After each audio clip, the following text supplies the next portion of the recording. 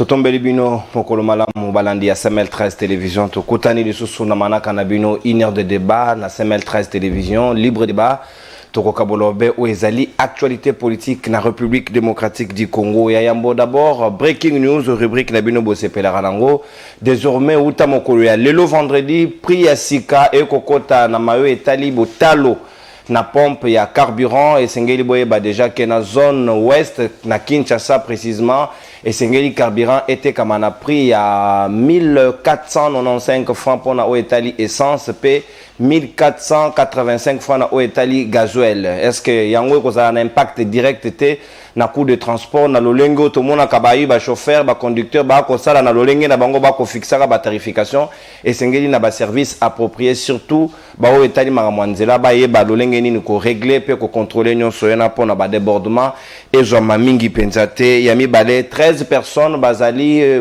bakufi donc assassiné bango na attaque rebelle na butu ya lobby na localité ya Loumé précisément na territoire ya Beni na Nord Kivu babomi bango na reprise à hostilité ya ba M23 maman na likambo tokobeta di solo lelo na libre débat ezali oyo concerné non respect à cessé de fait oyo zomaki na ministre sommet tripartite Luanda RDC pays à Paul Kagame ba signé cessez le fait mais natina na yango tu remarques que ba M23 va répondre des forces d'hostilité na territoire ya Rutshuru.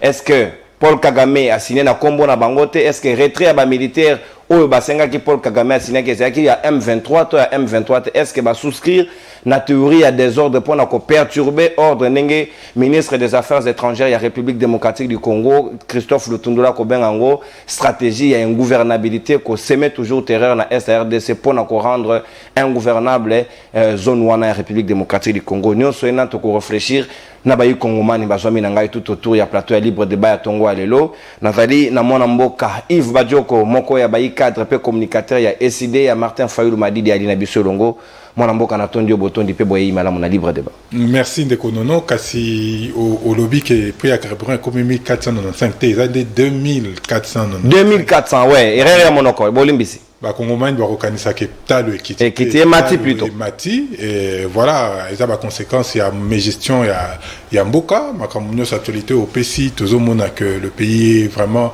ingouvernabilité ezate ba M23 ba lukango awa déjà na régime Félix Tshisekedi bango moko bazo façonner ingouvernabilité ya ngone to ko vivre biloko nyos. Merci bien mwana mboka baninga basusu bazui moi retard mokende ko Russell Mutoke ya IDPS a rejoindre biso tout à l'heure maintenant qu'on annonce bino selon conseil ya libre débat madame Christella Kiakuba Anande ko Serge Mania ya DCI ya Vidie Chimanga bango mbale ba ali sanctionné donc libre débat et kamati mokano epesi bango un mois embargo ba koleka lisusu te parce que ba signaler kinga au préalable était n'empêchement ba juna tongo alelo nde bongo to okena bango moto atosité to sanctionner pour la discipline, surtout pour le respect de nos téléspectateurs, il y a un peu de professionnalisme. En attendant que Russell a rejoindre Bisso, on replacer juste un mot, Yves Badio, qu'on a maillot étali, aussi a pris à carburant, et Sengeli n'a pas contrôler l'olengenini, le chauffeur va déborder, parce que tu peux reconnaître que, et Mati Penza au-delà, il y a 400 frontés, et Sengeli quand même va régler, ce que Komata, et ça a réglementé, n'a arrêté ministériel.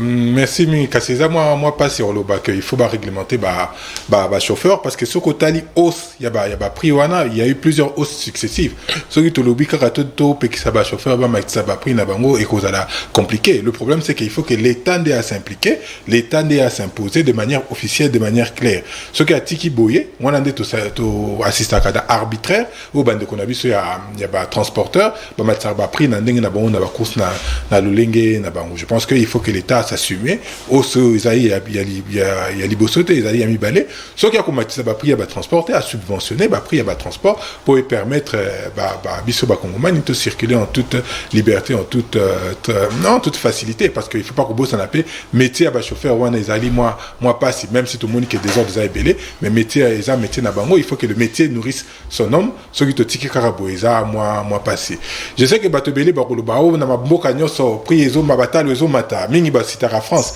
mais mboka neti ba France wana France ça na pétrole té est-ce que bino boki que pétrole à la pompe est maintenant en Arabie Saoudite Est-ce que na Dubaï beaucoup qui pris à pompe et mati? Non, parce que ce sont des pays où bazan ba capacité ya ko produire produits pétroliers, à ko raffiner en gros, payer côté que l'ango ba consommateur. Biso nous sommes un produit à un pays avec ba capacité pétrolière. Mais la raffinerie toza nango te. Toza la capacité à reproduire à l'état brut totindi libanda ba raffiner pe zongeli biso avec conséquence to kosomba ngo lolonge ya batonyo so ba kosomba pourtant biso to produire la pétrole. Kasinde ko non nzambe si apesi biso ba capacité wana. To ça les sousni to mando sambela les sous tongo butupo ya tindra biso sur raffinerie ko yande na mapata e kitatia wapo to me ko raffiner pétrole na biso. Non, il dépend de nous sikoyo en termes de projection, en termes de projet de gouvernance autoza nango ko implanter ba raffinerie, ça s'impose ou alors au minimum développer la capacité à de konabiso à Perenco bazakuna parce que je sais que bango la Congo centrale. Oui, la Congo centrale, ils ont des capacités mais ba capacité na mongo za muke. Donc tout ça procède d'une vision, tout ça procède d'un projet de société, d'un idéal. Oyo gouvernement il faut elanda kasi toyebi biso nyonso ke de Félix Tshisekedi atteint la vision mokote pour Namboka Nabiso, atteint aucun projet, aucun objectif à poursuivre si ce n'est pas projet personnel. Merci bien, mon Mboka Yves Badioko Namawe etali carburant aussi a pris na pompe na préciser sous soupe na zongeli ndenge na beta kili bakune bandel awa et mati obena talo ya 2495 francs pour na essence et gasoil 2485 francs à noter uta lelo priwane kokota selon communiqué ya ministère ya économie de Eji Mokano wana sika to kokota siko na mawe etali c'est le fait président congolais Félix Tshisekedi na homologue na Rwanda bakendaki na Luanda na Angola autour du président Joao Lourenço ba sololi pe Rwanda andimi cessez les faits pourtant il y a bandai ko boya agression avant est-ce que RIA a signé cessez les faits au regard il y a ba donné autozaki nango sur place et ni ko la limite que le Rwanda a reconnu que yenda tindaka ba militaire na Bunaganda pe na Est la République démocratique du Congo. Ndeko nono na ko bandela o na lobaka diplomatie des faibles, diplomatie des nuls. Yango onde ki régime ya union sacrée ezoko kumbabiso yango ne ba ko kambela mboka. Et puis, il ne faut pas peut-être qu'on s'avance trop dans Makambo et tel Makambo à Luanda. Pour te éviter Makamoni ni Bakenda Rosso la Kuna. Est-ce que préalablement pour Natangi Jeune Afrique, et ça dit moi bref, moi répondre au Bakena 2019 déjà, dès que Félix Tshisekedi a Tindaki ba émissaire pour Basolo là déjà na ba M23. Na 2019, on a biso to éviter. Makamoni ni Basolo là qui. Ba arrangement ni Bazwa qui na ba M23 ana. Oh lelo peut-être que Kotungi Sabiso Timukola lelo. Et puis Bino Bolobi était que l'évidence c'est que M23 va Sabiso appuyé par les Rwandais. Ceux qui Rwandais ça la kaka appuie. Le vrai problème c'est les M23. Pourquoi au Kenya Luanda ko solo la na Rwanda? Donc on se pose des questions. Quel est l'objectif ya sommet en haut? Quel est le vrai problème surtout parce que accord secret pays les Kimingi. Bisoto Rofanda Kaka Bobo Kakuna Basigna qui déjà accord secret et pas un déco Félix Tshisekedi sans passer par le Parlement sans que Bisoto allait informer Mboka et Kamba Makaboete yango komona toko bika na ba situation encore très très compliquée. Donc nous ne savons pas Bisoto Lobi était toki ko présager une chose investiture, accession, il y a pouvoir, il y a régime, où il y a union sacrée, qu'est-ce que de Konabiso, Pesaki na pays limitrophe, na communauté internationale, comme garantie que Bango Bakopé Sabango, pour maintenir pouvoir na Bango. C'est ça le grand problème. Et on est tant au Bundato, qu'on le toujours vérité des unes, tant au Bundato, qu'on le toujours qu'il faut au fin d'ensemble, tout fin autour d'une table pour nous là, des questions majeures, des questions essentielles pour Nambuka, Bande Konabiso Bakoka Bisoté. Tout ça possède des conséquences. Parce que Bisoté est-ce que revendication, peut, exigence, Nabino sur la vérité des urnes, les alliés dépassés, il faut qu'on soit quand même réaliste, que les choses ont évolué, il faut adapter les discours par rapport au contexte. Voilà. Et là, comme on a eu quelqu'un qui tombe la souka na mnoko ya ndeko na biso Jean-Pierre Mbemba et puis ça inga passe. Bango était ton ba tiki biso na la munka ba lobby que il faut tout avancer. Kasi yambo tant que décrire qui ba élection na ya ndeko Kabila, tu vois qu'il y avait des irrégularités mais tout ça là ni avançant. Kasi yango ça nous rattrape aujourd'hui parce qu'on arrête d'avancer alors que irrégularité problème est ça. Biso donc si tu avancer to tiki problème alors que problème moi na ko klanda biso mbala na mbala tim ko la lelo. Oh to lini to loba. Il y a un problème fondamental. La vérité des urnes est un principe fondateur de la démocratie. Et ça c'est que ça qui kaka intéressant hier qui constitue un recomptage de voix au Toubano ou non, c'est une valeur fondamentale immuable. Les locaux abisso lobi kunepe aux abisso na maponami 2023 tangozoya. Il faut que tu garantir que Moutou mutu a ponami yende azala na effectivité ya pouvoir. Si la légitimité est outil pas peuple, yo kokende koluka yesu sango na Rwanda pona nini, yo kokende yesu koluka na Uganda pona nini, yo kokende yesu koluka na communauté internationale pona nini. Alors entre pays, il n'y a pas d'amitié, il n'y a pas de preuve d'amour. Ce qui n'est nini. Et en gros, Félix Tshisekedi a ça l'erreur à Bengi de Kagame, son frère et ami. Lui, il pensait peut-être que toi, Kekuna, n'a un sentiment, n'est qu'occulté, objectif, il y a Bambo Kana. Non, entre États, il n'y a pas d'amitié, il n'y a que des intérêts. Si quoi, Bango Baro, yo, ce que l'Ingi Bisoto a appuyé, yo, Kopé Sabisonde, nini. C'est ça la question fondamentale. Quelles sont les concessions au régime et l'Union sacrée et ça là, na Bambo Kawana, pour qu'aujourd'hui, tu retrouves dans la situation. Et bah, combat concession, et les tributaires, il y a manque, il y a vérité des urnes, et ça, mec, en 2019, en 2018, qui nous ont rattrapé Bissot, les lots. Donc, il est essentiel, il est fondamental. La vérité des urnes, c'est un principe, humiliable. C'est valable hier, aujourd'hui, peut lobby, vous allez valable toujours. Très bien, mon mboka Yves Badioko, cadre, il y a SID, il y a Martin Fayoulou Madidi, mais si Kawa, M23, signé communiqué, au porte-parole na bango Willingo m'a rendre public et l'équipe est à Reuters, agence il y a presse internationale et lobby bah rejeté en bloc la résolution nyon se bimi na mini sommet wana ya Luanda bah bi porte-parole nani Paul Kagame azali interlocuteur na bango te ceux qui bolingi bo négocier na M23 bazali na balobeli na bango et sengeli ko contacter bango directement parce que bazali prêt à kosolola et non qu'on les capable des pays tiers balingi o wana te et sengeli to répondre à zéro compte à rebours. Est-ce que tu gagnes temps ou bien tu perds de ngonga? Ah, mais régime, il y a des Félix Tshisekedi, il y a l'Union sacrée, dans le Brango, toujours, et faire perdre Bissot 5 ans. Et si faire perdre Bissot 4 ans, et tu une année pour faire perdre Bissot notre temps. Il est essentiel. Je veux revenir encore sur la question de la diplomatie des faibles et la diplomatie des nuls. Pour revenir d'abord, on a sommet à Luanda. Tant que on a sommet à Luanda. Ndeko Félix Tshisekedi ano kende na nini na poche na ye parce que ndeko Kagame ano kende na Bunagana ya simbi Bunagana boy akepa na sommet akoloba bon ngana kopesa bino Bunagana bino bokopesa ngai nini parce que c'est ça. Ce sont les intérêts qui priment. Bunagana les a contrôlés par les M23. Oh, Toyebi, Kezali, un bras armé, il y a Rwanda. Ça, c'est clair et net. Donc, hier, au Kendekuna, la discussion avec en poche, Bunagana. Bisoto Pesini Nikuna. Ce qui est au fin du total, la résolution, il y a Luanda, Wana. Pour rester seulement sur la résolution.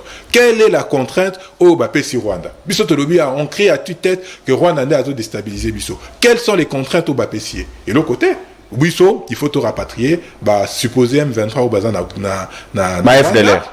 Rwanda, FDLR, tout ça, Biso, il faut te descendre FDLR. Est-ce que vous avez sensé? FDLR, pour Nanini, pour autant que Biso Toko rapatrié, Oyo, bazar na Rwanda, M23, supposément, Congolais. Pour Nanini, Biso, Rwanda paix et rapatrié, Bandeko na monté à FDLR, bazon Wakuna Bakendo, ça la discussion. Pourquoi les contraintes, Ezaka sur la RDC et non sur les pays Oyo Kutu Bazo agressé Biso? Ça, c'est pour le sommet. On est encore allé là-bas, comme j'ai dit, une diplomatie des faibles, une diplomatie des nuls, allez, tout s'acharne sur nous.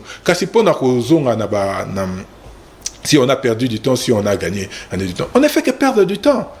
On ne fait que perdre du temps. Mais est-ce que ça ne procède pas de tous les engagements de Félix Tshisekedi qui est moko? Bisoto comme on a perte de temps, mais peut-être bango baebi bazo sala parce que tikana bisayo pendant que nous on est en train de faire l'appui na bande konabiso ya ba FRDC pour balonga betumba bango union sacrée ça nini et publier loi électorale aux alliés contester. Vous avez donc il y a un jeu de dupes qui ne dit pas son nom, mais le temps est qu'au fond la biso de manière claire qui est qui et qui fait quoi. Biso tous anticipé. On a déjà des idées, mais tous c'est la ngonga et coca pour nous voir de manière très claire, très précise dans le jeu de chacun des acteurs. Donc ici encore, c'est le Rwanda qui sort gagnant. Nathan Iba article à Moro Balobiote, les Rwanda se dévoilent officiellement, Kaza effectivement soutient M23. Mais qu'est-ce qu'il faut encore attendre?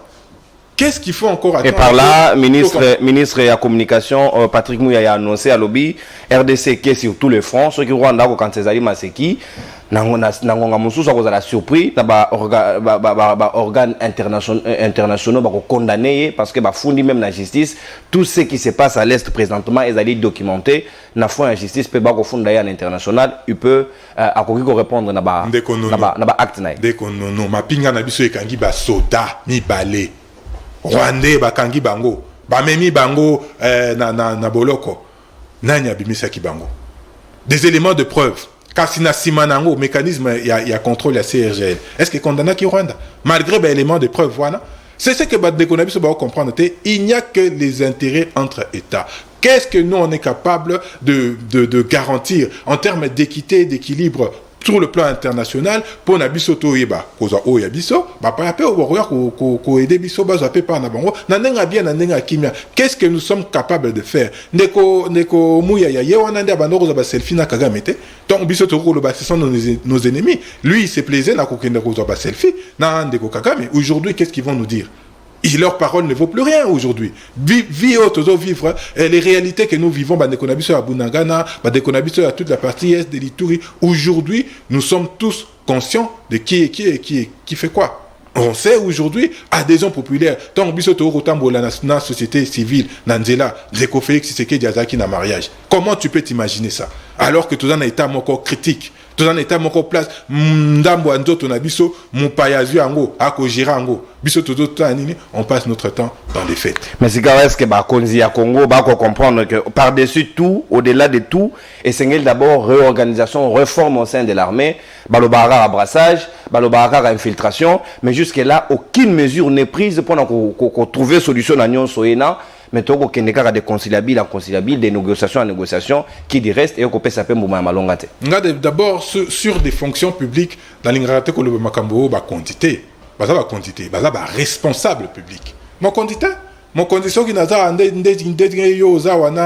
lui France. Lui France c'est mon condition pour les entreprises bango baza responsable public. Ce qui va au foutama, ils a pour après les vacances impona makambo biso tout ça là. Donc baza responsable public. Maintenant, il faut se poser question sur la vraie responsabilité na bango. Est-ce qu'ils ont même la capacité ou le droit d'être appelés des responsables publics? Non. Bisoto Lobiawa, depuis 2019, tu peux si feuille de route. On n'a pas la science infuse. Mais quand même, proposition Moko Ezali. Tolobi, voilà feuille de route. Il faut te réformer service à sécurité. Il faut te réformer tout ce qui concerne les questions électorales. Il faut te réformer.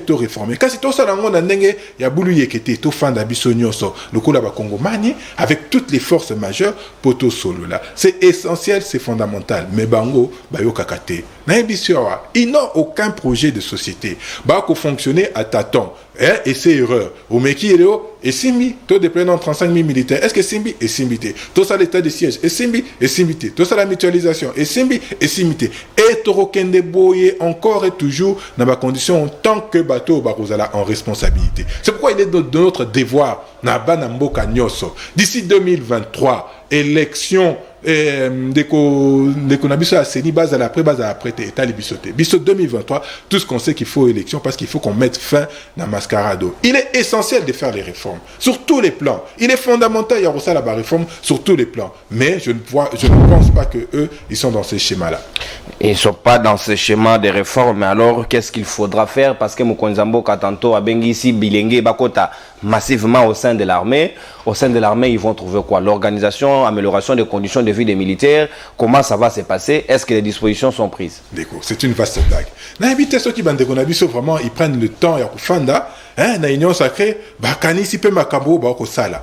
Ah, pas même à un mois. Oh, ba tu ko akité de ko Camerina ba ko accusé n'union sur la question, il y a projet il y a 100 jours. Oh, principalement on a volé nango logement pour na ba soda. Et c'est un fiasco patent, un fiasco total. Allez lobby, bisoto les Canadiens veto le banini, ba jeune boya koko tanami. Mais pour trouver quoi? Pour quel avenir? Pour quelle opportunité? Moussala au Soda, il y a Soda, au-delà de l'engagement patriotique, il y a vous défendre intégrité territoriale, Nabiso, les hommes qui ne sont pas en uniforme. Et ça, Moussala, il faut que ça nourrisse son homme. Il faut que Bazo solde. Tu t'imagines, est-ce que Nambo Nabiso solde, ils en a sens? Solde, ils ont un sens, comment tu peux t'imaginer Naoka qui Nalanda qui vidéo moko boy Nabosani combat pasteur, à lui Mutumoko a kokufa na front. Atindi photo ba kota la bande koné wana na Kisasa na kan akomi na kan babi c'est que ba bengana déjà ba bengana déjà famille wana ponde kona bango akufaki ponde kona biso akufaki na front. Si ce sont des réalités boyende ba tufu ba vivre. Est-ce que ça a intérêt ya ko répondre na appel wana? Il faut que ba rendre armée attractive. C'est-à-dire qu'il faut battre la condition pour muto afin de boyer alors bien penanga so ina ke musala soda za kitoko to kanisa to bosanate tangu ndeko Laurent Désiré Kabila azwa kimboka il y avait la majorité des jeunes oyo bakoma qui conviaient basoda pour basoda ba noro zo $100 à l'époque avec un pouvoir qui représentait un pouvoir d'achat fort. À l'époque, $100. Et comment soda aux $100. Donc, et le Kozali. Tout le monde avait cette facilité parce que l'armée est attractive. C'est ce qu'il faut faire aujourd'hui. Il faut rendre l'armée attractive. C'est-à-dire quoi? Botongi, casernement pour naba soda. Botongi, bopesi bango, été le bien. Ils ont été élus à 100 personnes par classe. Bopesi bango, kolia, il y a bien. O etikali solde wana nebo futi bango bakozandi tango ndeti argent de poche. Donc soda compte tenu ya musala na bango bazandeti bana ya l'état. Donc c'est ça comme des enfants de la République. Oh il faut s'occuper na bango pena bien de telle manière que muduso ayebi ke ngaso ki na bandia na caporal dans 3 ans na komata grade na kokoma boé. Dans 4 ans so na bundi bitumba bien na zongi na. Il faut qu'il y ait un projet pour les carrières des militaires. Mais wa biloko wana nyoso ezate. Bo yebi sabino ke ndeko Félix Tshisekedi akuta ki armée moko infiltré armée moko ekufa likambute. Qu'est-ce qu'il a fait en 4 ans? Quelles sont les garanties au monde bâtier pour que les lorsque ça lui appelle Batouba ya? Mais Yemora lobby depuis que Congo est à la Congo, jamais on a mis autant de moyens dans la carte armée. N'ayez apprécié suffisamment de quoi? Est-ce que qu'on accorder bénéfice à doute? Est-ce que yo ni maisu makamunde ko Tshisekedi alobak? Est-ce que tu as encore foi en ça? Qu'est-ce que Ndeko Félix Tshisekedi a lobité? Yemoko, il n'a pas respecté sa propre parole. Bissoté, Yemoko, après ça qui va engagement, Allemagne d'Afrique, après ça qui va engagement, à cause de sa guerre en décembre, je crois, 2021, après ça qui va engagement, que ceux qui a payé la partie STT, à cause de sentir ndeti président de la République, après ça qui va engagement, Yemoko, que Yemutazan a bic rouge, Kassindeko ministre de l'économie, Tilelo, non à salle d'émission, Azaka membre officiellement à gouvernement alors qu'il est déchu par l'Assemblée. Est-ce que yo pena ko simba sous maloba ya ndeko na biso na yebisa ki yo awapé dernièrement sur les 100% ya mbongo qui n'a rapport na état de siège 68% ezaki consommé à un état major on a été ma chiffre outil l'Assemblée nationale de kokase comme tapé sibiso 12% pour na ba arriéré et tikali 20% de ko salanine Désolant, situation difficile à comprendre, mais qu'est-ce qu'il faut exactement? Parce que moi, Namboka, Bruxelles, Monto, Kenenge, Naote, quoi, non, c'est bino awa, Moko, ya bayi cadre, ya IDPS, à Inabiso déjà, et longo, tu région de Bisso, malgré retard, totikali pratiquement dans 20 minutes, et Sengeli Pena, Lomba, Mopenda, to exploiter, ou ezali matière, na kotia, maïm, na monokombala, moko, moi, Namboka, ya nako yambayo, na lobby to kobeta li solo ya mawe etali c'est le fait non respecté na terrain malgré signature entre président Félix Tshisekedi na président rwandais Paul Kagame ba M23 ba lobby ya molobeli na bango te ba ko sa makamna ndenge na bango. Pourtant Rwanda zali reconnu comme étant agresseur ya RDC yende muto atindi sous-traitance na ye aba wanganie. N'est-ce pas que to comme la théorie il y a des ordres pe boye malam? Merci pour na maloba nako senga bolimbisi nanu na ba téléspectateurs na biso parce que nazalaki nanu na moi ba préoccupation moko a tongo o ezali privé na kopesa bango pembote deuxièmement na pesi mbote na ndeko na ngai yo bien boanya ya lamuka na kopesa pe yo mbote mingi. Merci. Monique émission na yo ezali émission yo eza beaucoup suivi yango na to pesa kango respect mingi likambu ya mbilinga ekoti euti na makambo ya conflit na biso entre Rwanda na RDC na yoki alobi makambo mingi ya makambo armée awa na koya na sima nango kasi na lingi na loba que c'est tout à fait normal que M23 a salaneti kaka kolobate M23 va jouer depuis kala je moko ya mabe yango okomona au-delà ya front militaire n'est-ce pas toko kende na ba front diplomatique ndenge salemaka na mikili nyonso ya bapaya. Ça veut dire que na minito soko tali même entre Russie na Ukraine bazoko bunda mais au même moment banzela epesami po na dialogue esalema ozo comprendre likambo mi balé eza likambo ya que likambo ya Luanda namoni batu mingi bakoti yango mbilinga surtout bandeko na biso ya lamuka lokuta eleki ebele il faut na recadrer lokwana très rapidement. Likambo ya Luanda ezali lokola likambo oyo biso tozali omoni mboka egeramaka na 3 dimensions. La dimension nationale, n'est-ce pas? Ndeo moni bamibeko tozalaka nango na kati ya mboka oyo etali makambo ya constitution et les lois réglementaires. Likambo ya régional et sous-régional. Vous comprenez? Ça veut dire que ndenge tozali lelo na kati ya East Community, ndenge tozali na kati ya CIRGL, ndenge tozali na kati ya SADC et consort, ndenge tozali na kati ya Union africaine. Vous comprenez? Na likambo oyo etangi international ndenge tozali ba membre ya Nations Unies. Sa sikoyo na minito tozolo ba likambo etali eza likambo oyo etali biso na Rwanda, conflit. Mais conflit wana lokola tozali ba membre ya ba institution wana nyoso. Nde ba institution wana nyoso musala na biso nyoso tangu tokota na kati ya ba institution na biloko biso to signaka mingi ezalaka nini. Ezalaka kosala promotion ya kimia entre bamboka ni bamboka nyoso. Ça dit que bitumba ezalate. Eloko ya mibale ezali économie. Ozomona. Eloko ya misatu eza lokola ndenge tozwaki ba problème ya Covid wana mukili mobimbo moni bamboka na bamboka bando sangana po ba pesa maele ndenge ni na aussi sa Covid. Ça veut dire que tozali na kati ya ba institution sous-régionale où ils permettre que tangu mbeba ezali entre deux états ou entre le monde na kati ya monde toko tia maele ensemble pour na ko résoudre problème wana. Neti likambu ya RDC ezali na Rwanda ezali likambu ya conflit armé. Donc yango moni Union africaine a s'investisaki Eastern African Community et se réunisaki bazui ba résolution pour na ke kimia ekota na RDC. Kimia ekota entre les deux états. Ozomona. Sa sikoyo o ezolekana na Nairobi na Luanda ezali nini? Ezali que Union africaine a zwaki initiative ya ko créer neti kosolola moko boye. Ozomona cadre de dialogue. Cadre de dialogue. Alors kosolola wana ezali que Union africaine a ponaki Lorenzo nde médiateur. Akosa la médiation ya likambwana. Et mboka na nde ezali choisi lokola place ya kosololela. Ozomona. Asasi koyo makambo yo elekanaki na 3 phases. Première phase ezalaki que Lorenzo a recevoir Félix Tshisekedi, président de la République, a recevoir qui.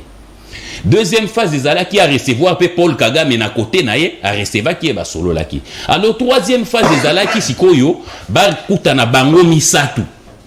Ozomona. Donc premier voyage à Félix ezara ne fallait pas yambaye séparément. Séparément. Option à liboso ezalaki ba yamba bango mibale séparément mutuna tour naye. Ça siko option ya siko yo euti ko sale makala mingi te awa ezali siko option oyo ya kusangisa bango mibale po bazwa ba résolution ensemble. Mais kasi na bo sangisi wana nde siko place bémol et ali c'est le fait bakamati mais au lendemain ba respecter yango te nde possibilité ba dela. Toyebi ba malingito e sali makana na ko ma place wana.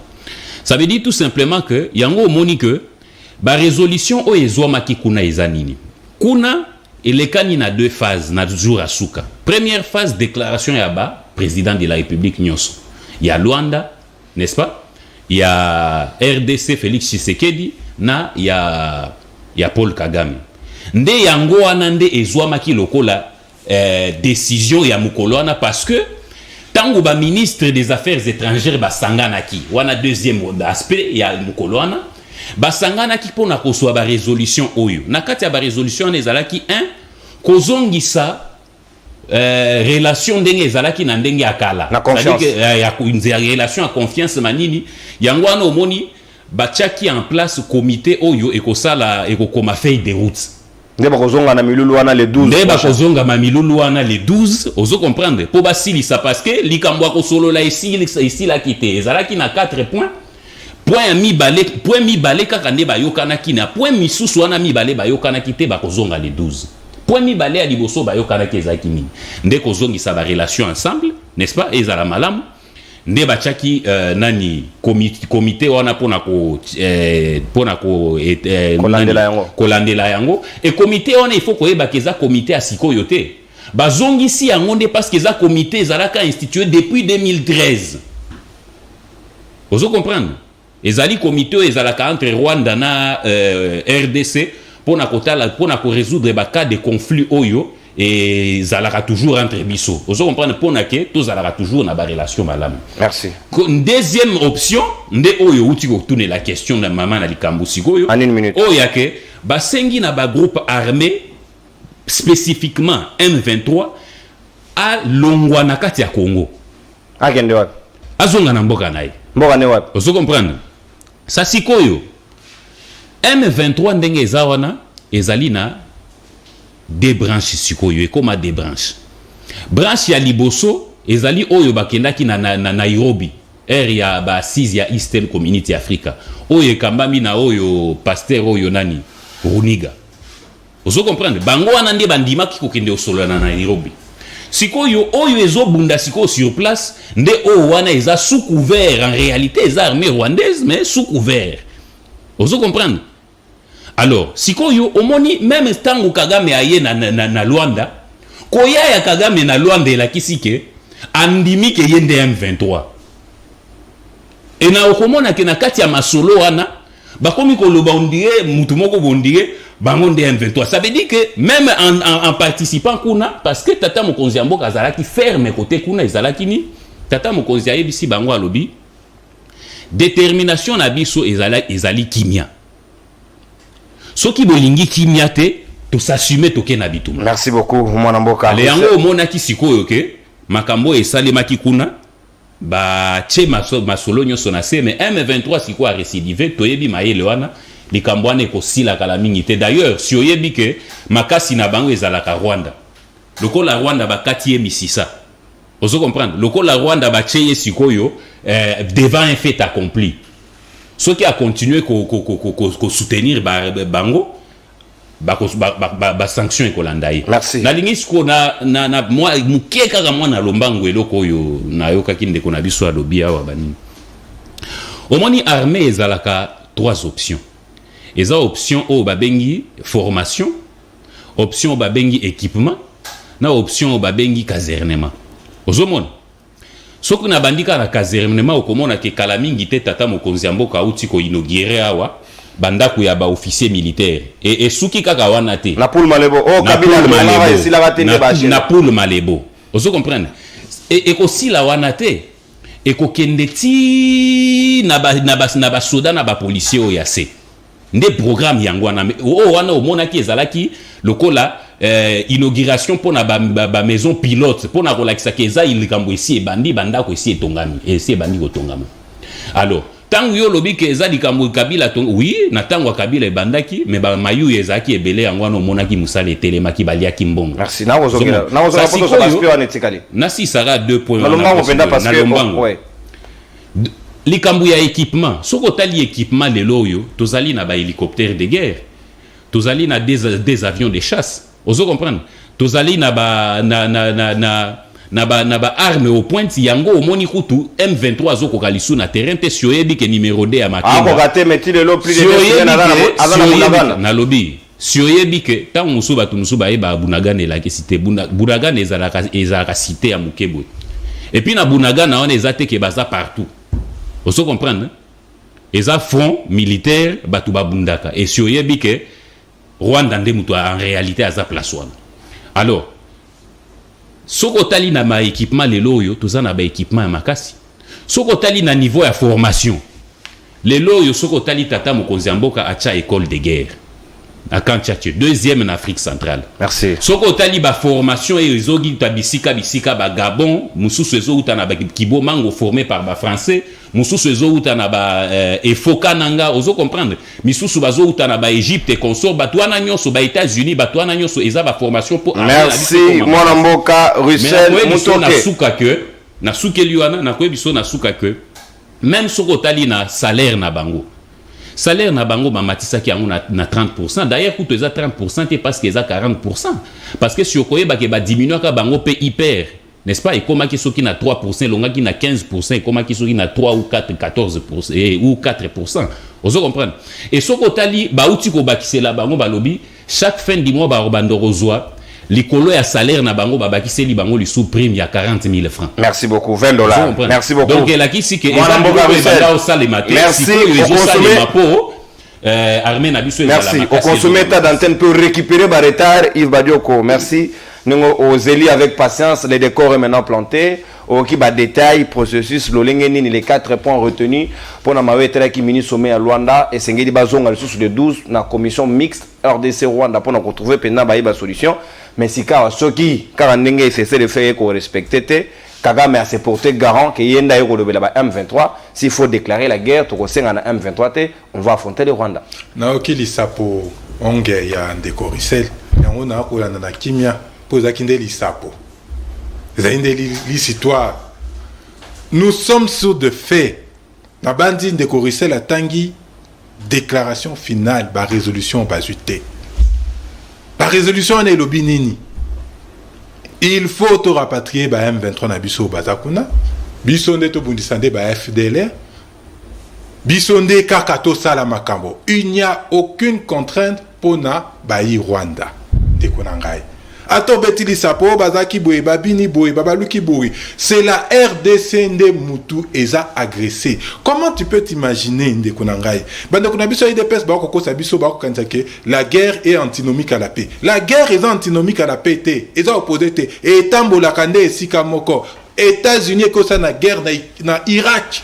À des milliers de kilomètres le binini toko sa la guerre kuna soki to tiki boye bako attaquer biso ya monde photo buka ba on ka partir kuna bako koya na États-Unis té ndeko nangai qui veut la paix prépare la guerre biso toza sous na époque wana parce que to yebi été toza agressé ndeko nangai yango to koloba il est très difficile et c'est très regrettable d'apprendre tout en assumant la fonction importante na Katamboka. Il faut koye kulakama. Yango na ko bunda mingi, ngana bandi ke tangu to za pouvoir na 2023 na roza ministre de l'éducation. Parce que ça n'est base, et ça n'est fondement. Kokende kelasi, aussi d'ici kelasi, au tangi au salipe moi musala pour oye kula o komataka malem pour comprendre. Nangi na rappelé de Corissel, ça fait 22 ans que la RDC est agressée. 22 ans. Ça ne date pas d'hier. Ça fait au moins 15 ans. Biso to ko sabino que mutoa ko agressé biso ezali Rwanda. Bolingi ba preuve nini lisusu. Toko bika ba preuve ba afrewana n'est pas bande kona biso ya Rwanda. Qu'est-ce qu'il vous faut de plus pour to bundande bitumana ndenge logo bani, bitumana ndenge ya solo. Botier au moins 7 mécanismes na partie wana. Mais aussi mbakakate 35 000 militaires pour bimisi. Mutualisation des renseignements na Ouganda. Mutualisation des renseignements na Rwanda. Mutualisation des forces na Rwanda. État de siège. Et silité, forces régionales au sous boko bakisama. Sans parler de la zone opérationnelle que eux ils ont déjà. Mdekonangai, vous n'avez aucune vision pour Namboka. C'est ça le problème. Donc, bino boko découvrir ce qu'on est que Rwanda est ennemi nabiso. Té, Rwanda té, siko yote. Rwanda kakate pour les Rwanda, Ouganda, Burundi. Il y a d'autres implications. Kasi bino boyebi angote, bato loba na munoko nini, ceux qui te loba kite mabe. Vous ne direz pas que nous ne savions pas, parce que nous avons dit ça depuis toujours. Depuis que Ndekonabiso, le président élu Martin Fayulu, qui député dans l'Assemblée provinciale à Kinshasa, il n'a cessé de tirer la sonnette d'alarme. Mais qu'est-ce que vous en avez fait, Ndekonangai? Il faut qu'autant à la résolution, Toko Saba Kongomanité. Parce que Ndekonabiso Bakobi n'a pas si qu'on a Bunagana. Toko Saba Ngote. Les résolutions, ils sont contraignantes pour la RDC. Et ça, toko loba mécanisme wana ezala kabanda kala. Na oto loba awa, tango zaki na moi retard mouke, que mécanisme à contrôle ya CIRGL. Place botinda ba soda rwandais otokanga. Balobani. Baloba logote. Na loba rango toujours il faut qu'on soit sérieux. Le problème c'est qu'on n'est pas sérieux. Surtout bato boko kambamboka. On n'est pas sérieux, il y a un bateau, attaque au lobby, bateau, ils entendent ça comme du vent, bateau en considération, ajouter à cela la diplomatie des faibles, ajouter à cela la diplomatie des nuls. Quel est l'intérêt au biso tozanango ya rozana na pe na Rwanda? Quel est l'intérêt? Quel est l'intérêt aujourd'hui pour expliquer biso au bino bolingo lobake, ba mécanisme régionaux wana ils rapport à garantir paix. Quel est notre intérêt? Ça fait 22 ans que Rwanda est déstabilisé biso, un petit pays wana. Vous pensez que ceux qui Mexique ils ont déstabilisé les États-Unis, ba américains ba refan Dakar pamba boy. Donald Trump a lobby que ndenge ba immigré ba kokota mingi totonga mur. Kakapon a immigré. Mais nous, on a des agresseurs basés au Rwanda, basés en Ouganda, basés au Burundi. Au Bakatekebiso, on ne fait rien. On n'arrête pas de pleurnicher na basomé nyonso et on n'arrête pas de signer des accords secrets. Quels sont les accords que vous signez na bandekouana pour garantir votre pouvoir usurpé de 2018? Maman na likamunde e fandi wana te. Nini bolaka ki ba iba Rwandais, nini bolaka ki ba Ougandais, ba Burundais, na ba mboka ba pa misusu pour na ba garantir bino effectivité à pouvoir alors que biso nyonso toyebi que c'est le président élu Martin Fayulu né alonga ki na 62%. Nenga kolo ba pe les sous na 2023. Likambonde yango wana, qu'est-ce que vous avez donné? Publiez accord secret wana nyoso. Il faut qu'on parle. Il arrivera le moment où on va parler de comment dire.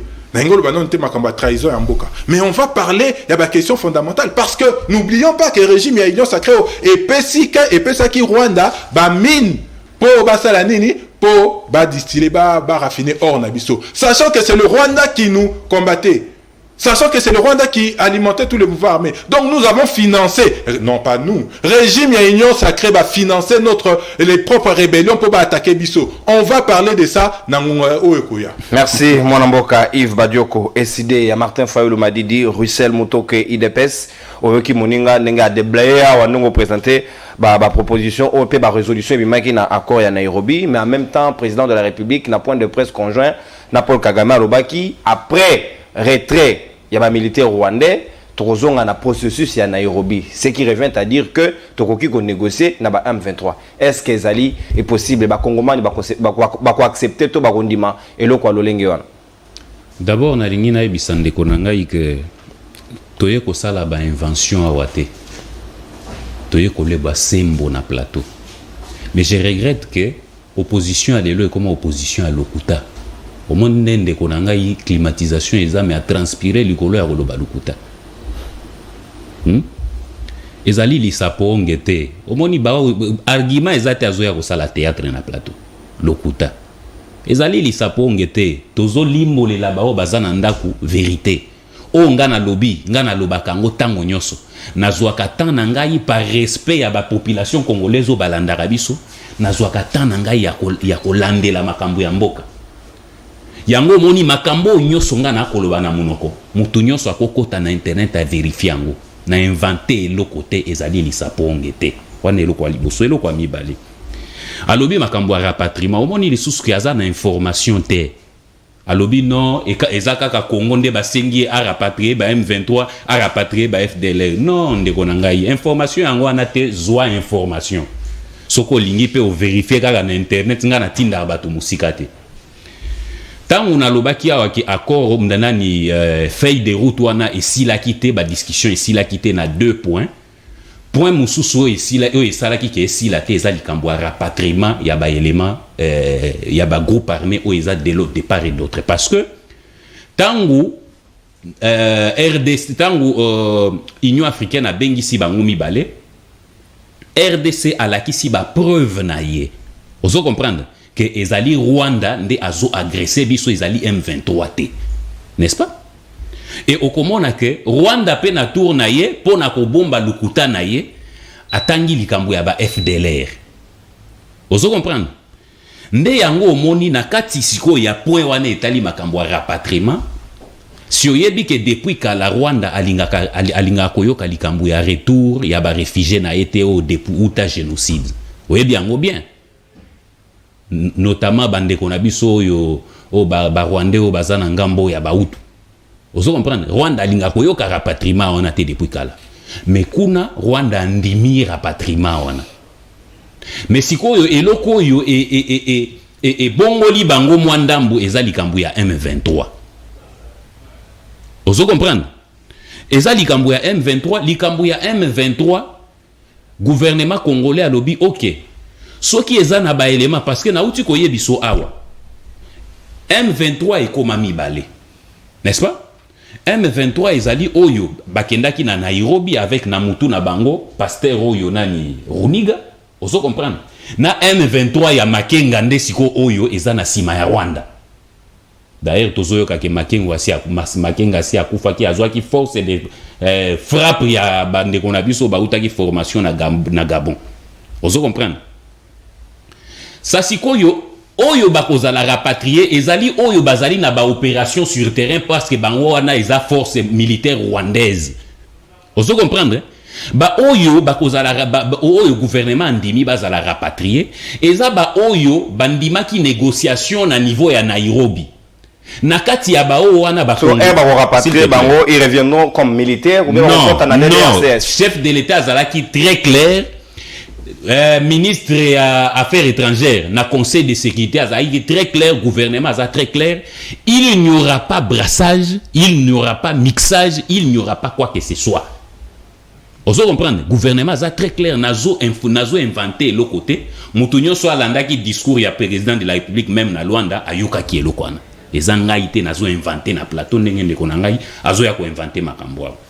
Ça c'est quoi, il y a un niveau wanande tangu Rwanda sengi que ono voilà particularité na makamani M23 il faut la traiter de manière particulière gouvernement yebisiete waneza likambo na yote biso tokotala ninande na kati ya ba M23 o bazana ba opération te ba M23 o bazana opération eza bande ko na bino ba militaire na bino M23 o ba défide o ba longola bango depuis 2013 o bozolo ba soi-disant bazana mboka na bino wanande ba ko rapatrier bango mais contrôle il faut ça les mamakasi wana position à gouvernement yango moni bambulungana ki na point wana oso comprendre ba yokanité nde o moni feuille de route wana si la quitter oso comprendre et soko tali bien même na kati kaka ya rapatriement wana ba pesi ordre na Rwanda pe a rapatrier pe banani ba réfugié na o ya boya ka ko rapatrier ba FDLR et oyebi kezaka ba FDLR te ba des réfugiés belé pe batikala na Congo wali depuis oyebi ke mukili contre-tenir à makambo ba sécurité à makambo guerre ba déplacer des guerres et consort bazaka ba réfugiés surtout l'opération turquoise ba kota rebelle exactement yo yebi ngana inventaka eloko te na lobara lusembo mutunyo so akoti na internet à vérifier soko tali sikoyo makambo yetali on a 1 minute 30 avant toi okay, problème exacté soko tali makambo na okembangu mbangu makambo etali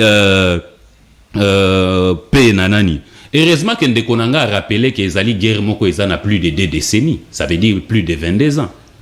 Alors bon imaginez guerre et sali 22 ans, bande kwana ba boti misisa et consort yo zo kanisa keza guerre ko silara parce que yo sepeli au gangi na plateau. Ozo comprendre ezali guerre militaire, guerre tango ebandaka yebanaka te et yebanaka mais tango silaka yebanaka te. Na lingina lo baliga monsu soa ke tango ya lobi makambu ya bache ba opération et consort papa bango nande kona bango muzito nande kona bango fayulu tango azolo ba fayulu wana lokuta eleke na munoko ils ont été au pouvoir avec Kabila. Vous comprenez? Adolphe Muzito premier ministre asili sa guerre wana te atika la kotanga Rwanda asengi batonga mir pour ma mwana sila na lobi boy Muzito atikala kosili sa guerre wana te atikala kotanga Rwanda officiellement te. Vous comprenez?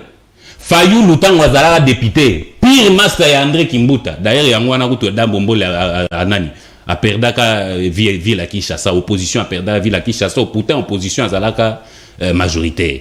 Vous comprenez?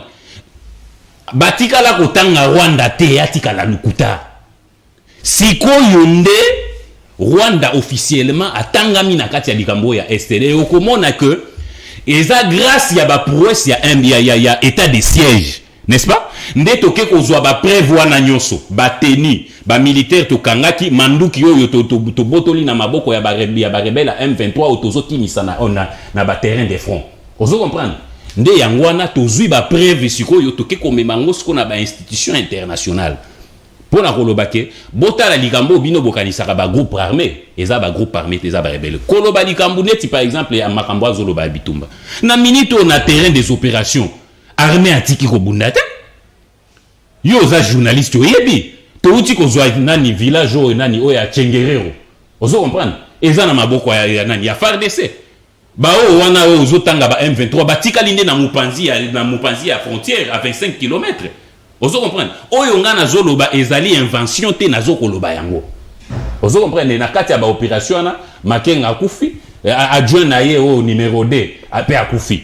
Ozo comprendre soko tali makambo ya alobi makambo ya mutualisation na kende mbangu na sili sara 20 secondes alobi makambo mutualisation ezali particularité à Congo te eza biloko esalemaka na bamboka nyonso ezalaka na bafrontière basalaka partage ya barenseignement ozo comprendre basalaka partage ya baexpérience militaire ozo comprendre basalaka partage ya baexpérience économique et consort ozo comprendre soko otali même lelo na Sahel en tant que babundisaka baterroriste entre Cameroun Burkina Faso Mali ozo comprendre Boko Haram basalaka pe mutualisation wana ezali particularité à Congo te ozo comprendre ezali bosenga ya institution internationale esengaka ke pour ceux qui boza na likambo oyo etali bino nyonso bo résoudre yango ensemble yango boni babengaka bato basala kimia na sukisi wana na koloba ke alobi ma mécanisme consort basali rapporter na pe sur information soki lelo oyo mukili mobimba ebandi ko reconnaître que za Rwanda na sima groupe d'experts ya conseil de sécurité n'est-ce pas et ça là qui rapport na kati ya rapport na bango ezali Rwanda nazo inventé l'autre côté à côté na internet ngana tinda bato ozo comprendre et au komona que même mécanisme de suivi tant ou tozo me nani yo kanisi tant ou par exemple balobi que force régionale il faut ya c'est ça peut pour na aussi les salukuta ya Kagame te yo kanisi Kagame lelo akomi kondima rapatriement ba réfugié Kagame ye mokonde akomi ko senga kimia kota na internet okomona tito ke na Nairobi Kagame ne asenga kimia. Merci beaucoup moi mboka de fait ko merci ya suka na sukeli wana pona koloba ke tangu ya zobeta masolo ya ba oh non Martin Fayulu azwaki 62% moni bango ba mesana bilokota ndeko na ngai luka na internet okomona sika moko te oyo bulletin de nani ya Seni place Martin Fayulu adaki 62% zakaka na mutu na bango mena ko ebise eloko moko tangu batuna Martin Fayulu oyo yo lobaka 62% euti wapi atinda batuna 5 mais kota na internet okomona ke Marcel Utembi oyo azalaka lokola numéro 1 ya bato basalaka observation na élection en 2018 kota na internet na inventa ke lokote okomona ke aloba prévalence et la kisi ke eza assurance te prévalence ya ba résultat au bazali ya élection nyonso merci et ça li 42% bon yebisa ngai est-ce que na 42% par rapport à 100% ya ba élection yoza na ba résultat merci beaucoup mon mboka on a koloba ke totika merci Russell zoya ko limbolela bana mboka c'est très important très bien ka théâtre de konanga itoso sa théâtre merci Russell Muntoke petit à petit ko atterrir en douceur na libre débat mokolo lelo mon mboka Yves Badioko vous avez 2 minutes pour la conclusion autant Russell pour vous 2 minutes pour que to boucler oyoki au rebondir au conclure moyennant proposition parce que c'est ngé bima na crise tant nakoka bande kolanga ya UDPS na union sacrée na un sentiment partagé na sekato na lela na mawa donc ba sentiment moko do salanga peut-être yango ndende olobi etokisi ngai pour nazo comprendre te de kolanga le rapport mapping il date de 2010 12 ans le rapport mapping a identifié clairement l'agresseur Yambo Kanabiso. Nous, tout le monde déjà bandakala. Mais rapport mapping est confirmé en Golissus. Donc, vous apprenez aujourd'hui que Rwanda est athée.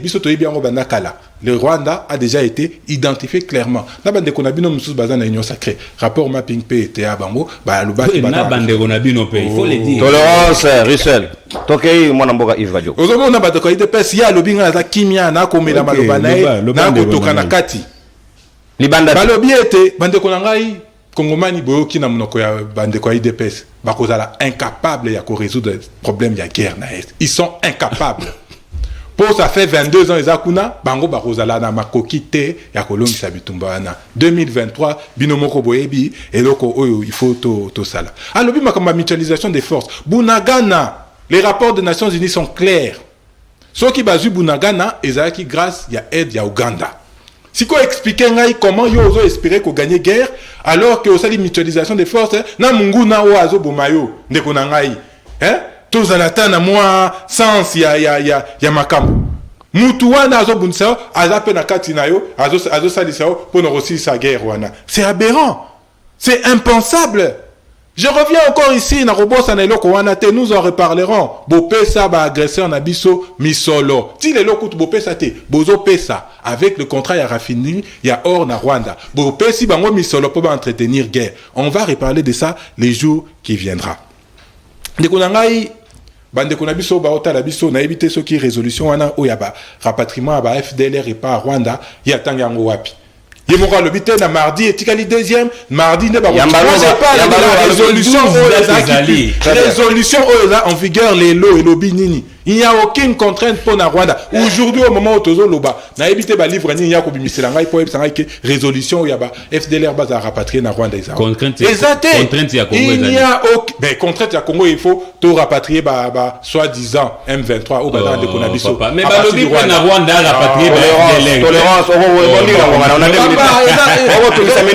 résolution eza publique ba congomani pe ba yebi ba congomani pe si ba comprendre que boza incapable ya ko apporter des solutions n'a pas problème n'a bango proposition 45 secondes dit à s'engager ndeko Félix Tshisekedi à s'engager qui pona rosala Congo de l'Allemagne d'Afrique ndeko Félix Tshisekedi à s'engager qui pona rosala ba millionnaire peut-être wana ba salami car na présidence poto yebi mbongo ya 100 jours na biso obolia mbongo Ramo obolia mbongo a Chile Gelo obolia mbongo a Kinshasa 0 tour bo continuer kolia ya ngonde peut-être sali ba millionnaire kuna kasi biso bobo sani biso ndeko na ngai il n'y a pas deux solutions il n'y a qu'une seule solution, il faut faire la guerre au Rwanda. La paix ne se négocie pas, la paix s'impose. Ti Rwanda Rwanda koto sabino biso, Rwanda kobanga biso, neto rozana kinya. S'il faut maintenir un état d'instabilité, désolé pour les populations rwandaises. Mais s'il faut maintenir un état d'instabilité dans Rwanda, pour na bisoto zala na kimia, il faudra le faire. Parce que Rwanda ba ko kate ba kokoba. Rwanda kaka pété. Donc continuer koloba. Pour to lobby Rwanda minga bolandi, bosimbi Rwanda. Il n'y a pas que le Rwanda. Il y a l'Ouganda, il y a le Burundi qui entretiennent des ordres dans la partie est na mboka na biso. Et si on ne s'assume pas comme étant un état, si on ne s'assume pas comme étant un État, tu continues dans Makambo Oti Libela. Kasi ndeko nangai, une maison déchirée entre elles ne peut pas faire face à l'adversité dans le banda. Ndeko nangai, nous vous appelons depuis 2019. Tofanda autour d'une table. Résolvons les questions essentielles na kati na biso. Tozongi sa cohésion nationale. Tozongi sa unité nationale. Nde wane ko permettre biso tozana ba base arrière, ba base solide avec l'adhésion de la population de Tokobundisa. Merci. Ndeko na biso Martin Fayoul, c'est le message qui va porter du 11 au 14 dans le congrès na biso na Kisangani. Toko porter yango pour na bandeko na biso na Kisangani et toute la partie est. Il y a encore de l'avenir, il y a encore de l'espoir et il y a des gens capable de faire changer les choses. Merci bien. Mwana Mboka, Yves Badioko. Na ce pays, il y a deux propositions. Et Sengeli Bakongoma, il y a autour d'une table pour que Bakoma Makasi. Deuxièmement, et Sengeli ko Bundisa Rwanda, s'il faut qu'on maintienne une instabilité pour que Biso Zala Kimia, Ota Bango Basala Kiango, et qu'occupe la ligne des options. Mwana Mboka, Russell Mutoke, Maloba Ongambo Wayo, proposition, concrétude, et Sengeli Nabisoto conclure en 2 minutes pour saluer les recommandations s'il le faut.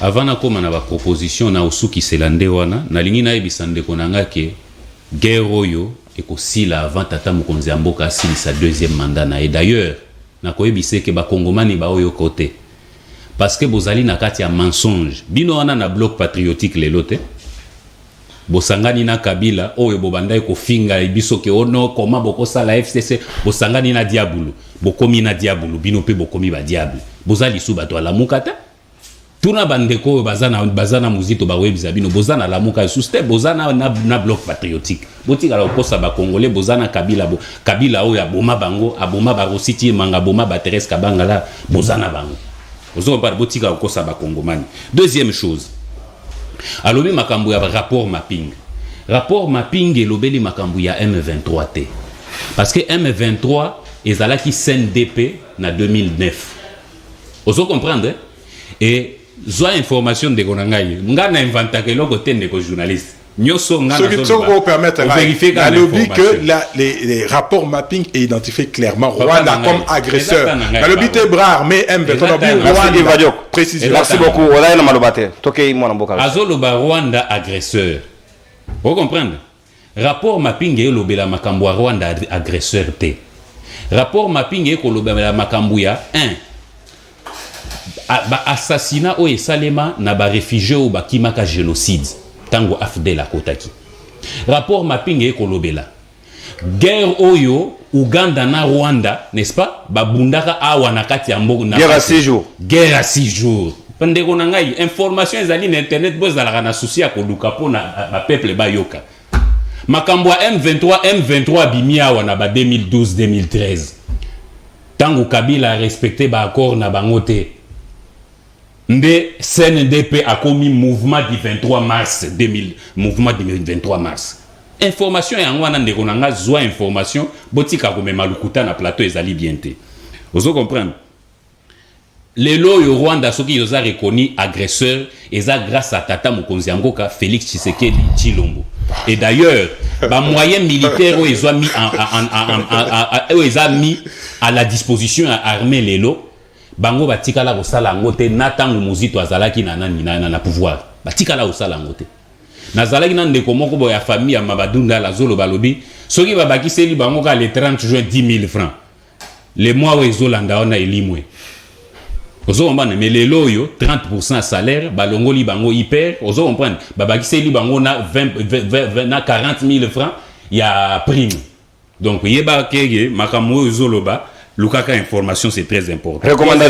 Troisième chose 45 secondes comme naso Allemagne d'Afrique non or nanu izini ya or ezali biso topesi mbongo na Rwanda te izine na biso moko touti tokotongawa na Sud Kivu kala mingi te bazo réhabiliter yango ozo comprendre bazo inaugurer yango izino eza ya raffinerie ya or eza nini kala ba groupe armé bandai kozwa ba or wana na ndenge ya muyibi gouvernement tango atie maboko na ba mine wana ya or alobi na Rwanda lokola yo oza na ba raffinerie d'or kuna biso toza na raffinerie d'or te to signer partenariat ozo comprendre exploitation ezo salema epa na biso na ba entreprise na biso raffinerie et salemi epa na yo parce que yo ndo za na raffinerie. Deuxième chose na pesa net exemple mwana nyonso aza na ndako ayebisa ngai banboka nyonso esalaka ba accord wana ba Allemagne ba France et consort lelo soko moni Europe comme na sima Ukraine c'est parce que Ukraine nda ko fournir bango ba gaz ozo comprendre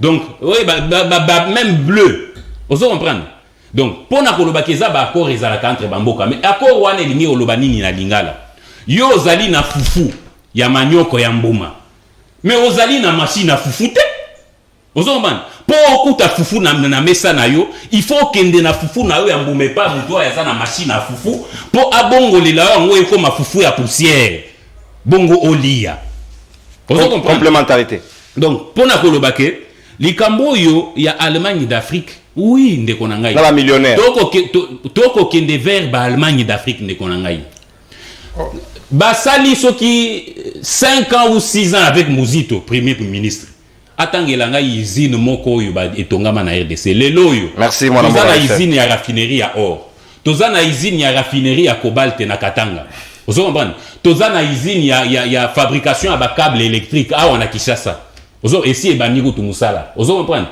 na minute oto lo batongi usine ya transformation ya bitume nini goudron na Kananga ngama kamonga na lubaka na inventara merci Russell Mutoke tokomi na soko otali lelo oyo conclusion otali budget ya mboka bango na Muzito na Kabila batikela biso yango 20 ans après 18 ans après na 4 milliards lelo eza combien en 3 ans 11 milliards réserve d'échange bango na Kabila batika yango na combien na 800 millions lelo toza na combien 3 milliards 900 ozo comprendre merci lelo yo soko tali banzela yo ezotongama banzelo ezotongama lelo yo nzela ya kotongama ya kokende olongwe na Kasai okomiti na Beni ezobanda kala mingi te lelo yo kolongwa Kinshasa oketi na Kasai na nzela ya makona na nzela ozo comprendre merci mwana mboka nzela ezotongama ya kosakana te tango azoloba makambo ya 0 trou na kotangelo makambo ebele ya ba 0 trou awa